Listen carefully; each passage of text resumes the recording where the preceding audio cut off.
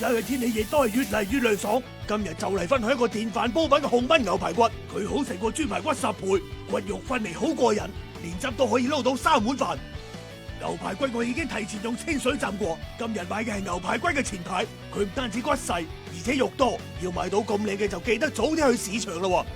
而家我哋就嚟調翻一個汁，2大羹沙茶醬，1細羹仔柱侯醬，再嚟翻啲靚嘅蠔油，用幾圈白酒嚟稀釋一下。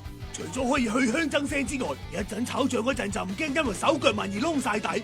凍水裏面放薑葱，將牛排骨放落去飛水，一邊飛水可以一邊兜下佢啲泡泡，水滾再煮佢幾分鐘就可以撈起身啦。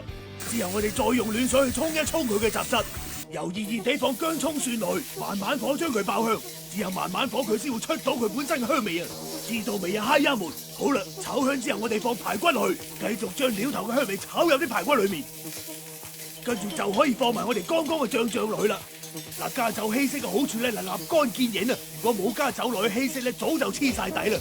嗱，依家啲醬已經俾我哋完全炒香晒啦。最近超中意用福富電飯煲，唔使睇火就好適合我呢種懶鬼。排骨放咗落去之後，我哋就放埋屏幕上面嘅調味料落去。呢度係一啲8個桂皮、香葉、豆蔻，意思放啲落去，加多1細嚿黃片糖，跟住加入足量嘅熱水浸過排骨表面。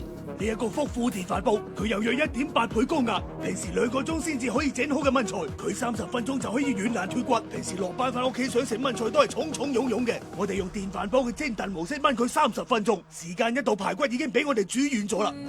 剩低嘅呢啲汁唔好浪費，用嚟煮蘿蔔同埋煮豆腐煲好好味噶。嗱，呢啲咁硬嘅骨頭攞電飯煲嚟煮，佢嘅內膽都係完好無損，全靠呢個打鐵微醬嘅內膽，耐高溫、耐高壓、耐腐蝕，安全係數高啊！好啦，呢期就到呢度，我哋下一期再見。做人最緊要開心，你今日笑咗未啊？